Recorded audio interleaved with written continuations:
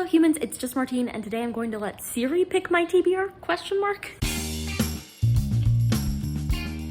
I'm gonna use Siri on my computer since I'm filming on my phone, and we're gonna get down to it. For the first order of business, I have the unread physical books that I have in my possession that aren't for a different video or 1,400 pages long, right? And I have them lined up. This side is going to be 1, and I'm gonna ask Siri to pick a number between 1 and whatever that number is, and we'll see which book she wants me to read. Hey Siri, pick a number between 1 and 17. It's 11. 1, 2, 3, 4, 5, 6, 7, 8, 9, 10, 11. Going to be reading The Wicked Boy, The Mystery of a Victorian Child Murderer by Katie Summerscale. So Siri's already getting dark, I guess. Next, I'm just going to have a conversation with Siri and ask her what classic I should read. I'm obviously not going to reread anything I've already read, and I refuse to read one of the world's longest classics for this. So those are the only reasons I'd say no to what she wants. So let's do this. What classics should I read? I found this on the web. Siri, I don't want that. Okay, here's what I'm gonna do. I'm gonna click on what she wants me to click on. The penguin.co.uk 100 must-read classic books. And I'm gonna have her choose a number between 1 and 100, I think is what we're gonna do. Choose a number between 1 and 100. That would be 69. The Wind in the Willows. That's a pretty short classic. We're gonna read The Wind in the Willows. Thanks, Siri. I have a ton of ebooks. I currently have 684 potential ebooks, so I guess I'll ask for a number between 1 and 684. Name a number between 1 and 684. It's 124. Okay, I'll count. I'll be right back. Well, number 124 was Karma, which is an urban fantasy superhero-esque type story. I honestly know nothing about it. I just own so many books I know nothing about. That was Siri's choice, so that's what I'm gonna read. I read The Wind in the Willows by Kenneth Grahame, and I'm giving it 3 stars. But I do have one huge, disclaimer, which is that I had the hardest time paying attention to this.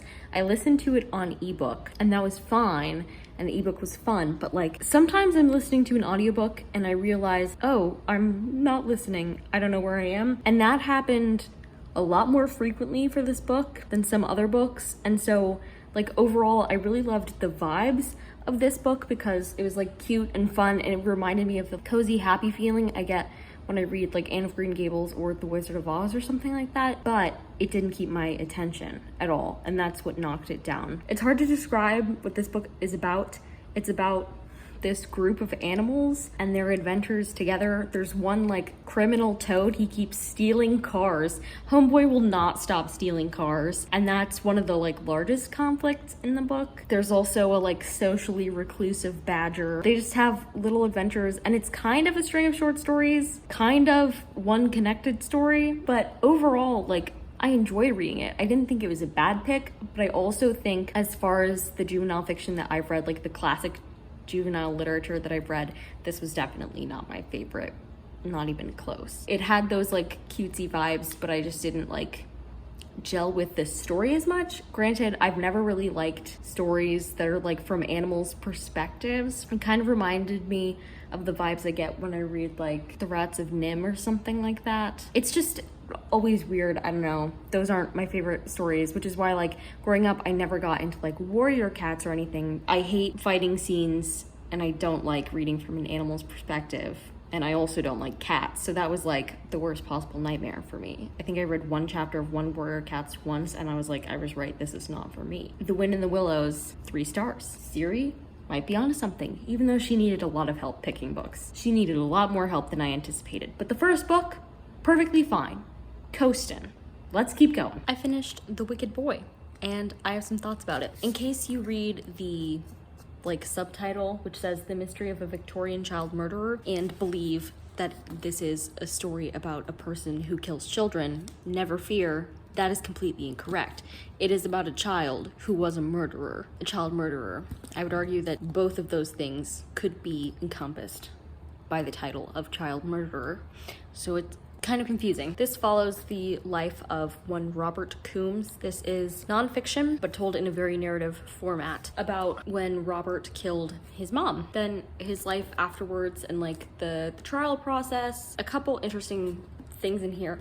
I think The most interesting section for me as a forensic psychology student was reading about the issues with insanity, because I'm sitting from a position where nowadays we have these specific standards of insanity, and it's still not perfect, but it's come a long way from what it was. And to see in like the Victorian period, the creation of like the McNaughton standard and things like that, things that I've learned about in my class, is very interesting. Also, to think about children being tried like as adults and how that fits into history, like just good discussions on both the conceptions of like juveniles and also the conceptions of insanity from a legal perspective. So that's cool. I also really loved the epilogue, which details Robert's relationship as like a father figure to this one guy much later on in his life after he'd fought in the war. That was just a really touching section because it shows a lot of things, but mainly it shows the fact that like just because somebody does something that seems horrible on the outside doesn't mean they're a horrible person. It's posited in such a way in which it's very much likely that Robert was very scared of his mom, and that led him to devise a plan to kill her. And so the young man he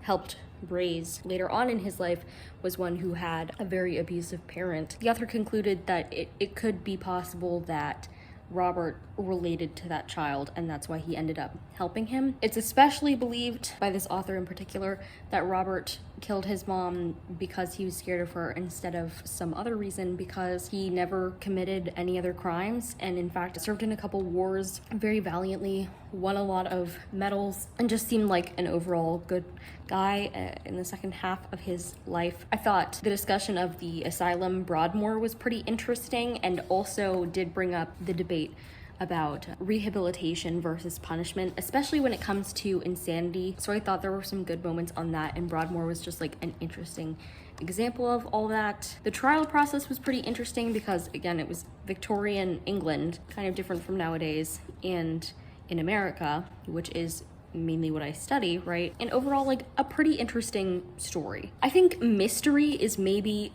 too strong of a word, and it looks scarier than it is. It's an examination of a person's life, and it was extremely interesting, and I enjoyed it. So 3 stars. I just finished reading Karma, and I'm going to end up giving it 4 out of 5 stars. I was pleasantly surprised with how much I enjoyed this book. I don't remember why I downloaded it. Sometimes when I see a free book, like all logic of what I actually like to read goes right out the window, and I'm just like, yeah, I'll give it a shot because it's free. And I definitely think that's what happened with this book. You can tell from the cover a superhero type book, and I don't have experience reading those very much. Like I haven't really done it before. Add in the fact that I hate fight scenes, and it would seem like a really bad idea, but I actually had such a fun time reading this book. It took me a little while to get into it, as most books do, but then I read the majority of it, like 70% of it, today in like one sitting, because I wanted to finish it today, but also I was having a blast. There were a couple weird things about it. This book is basically about this girl named Silky Butters, which is quite a name, and she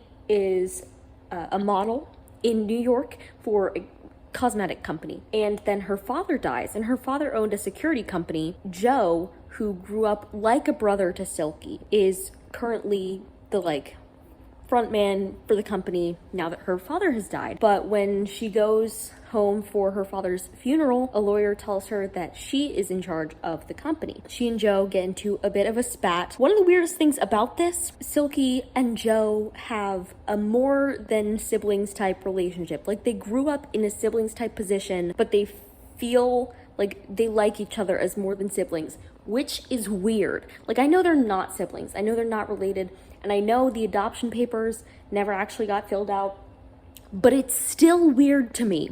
I couldn't shake it the whole time. It just felt strange. I did appreciate how superheroes were like described in this. Specifically, the superpowers, there was a difference in this between ones that were like chemically made and ones that were like in your DNA, like you were born with it, which I thought was a really intriguing dynamic because the powers worked a bit differently and all that stuff. There were a couple categories of different powers. We didn't get the full rundown of all of them. That was very nice about this. Even though we were discovering information along the way, there was no like info dumpy, this is a class and this is a class and this is a class and all that stuff. So we know that there were like mentalists and physical something. I don't remember all the names, but the powers were all very complex as well. For example, the main antagonist in this one, Cleo King, she has a power wherein she could suck up other people's powers and then use them, which was very interesting. And so her powers were changing throughout like the entirety of the book, because she would take powers from somebody else, have a new power. Then she would take powers from somebody else, have a new power. So she was constantly evolving, which was really interesting to see, because then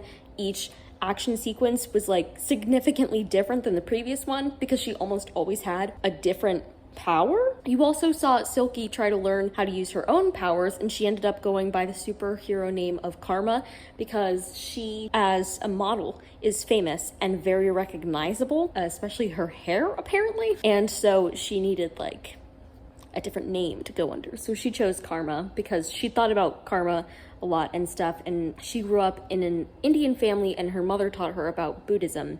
And so she did think about karma a lot during the book, and so I guess that's why she chose the name. Then she got to say a really cool line about like payback when she took down the antagonist, which, you know, fair. I don't think I would like to read a continuation of this series, just because I can see where it's going, and I think it's only going to go more down the path that I don't enjoy. More fighting, more of this, more of that, as it just spirals crazier and crazier. But I'm super glad that I read this first book for it. It's making me think I should try some more superhero books, for sure. Siri was onto something with this. So those are the 3 books that I read, because Siri chose them ostensibly. The Wind in the Willows I gave 3 stars, same with The Wicked Boy, and then I gave Karma 4 stars. All around a good time. If you like this video, go ahead and give it a big thumbs up and comment down below which of these books seems most interesting to you.